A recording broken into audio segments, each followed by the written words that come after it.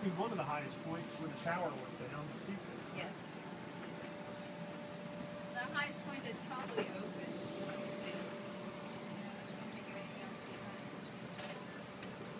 Who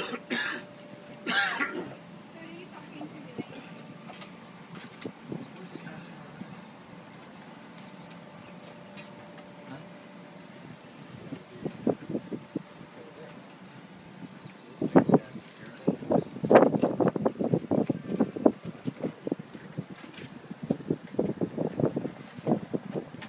Big group. The other group was little.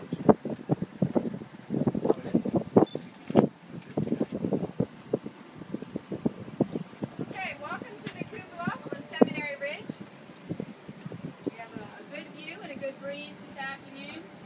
At the time of the battle, there were only 3 buildings on this ridge. There's the one you are standing on top of.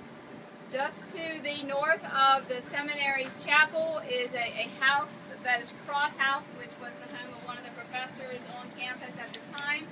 And to your left, on the other side of Valentine Hall, there was Reverend Schmucker's house. So there were 2 homes and this building on the Seminary Ridge at the time. The rest of these buildings have been added through the years. There wasn't a whole lot here. Our focus this afternoon to start is going to be to the west, which is out the way I am pointing. This is the west as we stand here. You can see the South Mountains extending almost, that whole half of the view is surrounded by the South Mountains. Those are the mountains that hit Lee as he was moving north out of the Shenandoah Valley into the Cumberland Valley. And then he started to use the gaps in the mountains to turn his army to the east. The gap they came to was the Cashtown Gap. If you kind of look the way I'm pointing, you'll see a white barn just at the tree line with a brownish roof on top of it. You'll see there was a flag flying earlier in the sky. That sits on the Chambersburg Pike. That is the McPherson barn on McPherson's Ridge. We want to actually move a little further to the west to the red barn as you look out that way. You'll see a red barn roof, I should say. That roof is on Furze Ridge. Fighting on the first day of the battle started about a mile to the west yet of that ridge, of that barn. The fighting started west of Furze Ridge and slowly moved its way back towards the seminary.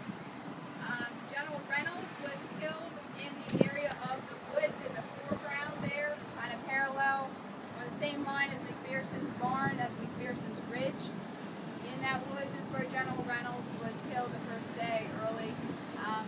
Thus today we call it Reynolds Woods. Driven it, that is Reynolds Avenue.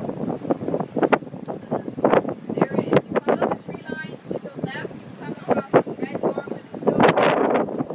That is Herb's barn, and those were the 2 property owners on McPherson's Ridge in 1863. As you move in more to the northwest, just to the left of the steeple on the chapel, in the distance, the near distance is Oak Hill. This is where the Peace Light is today. That was dedicated in 1938 at the 75th anniversary of the Battle of Gettysburg.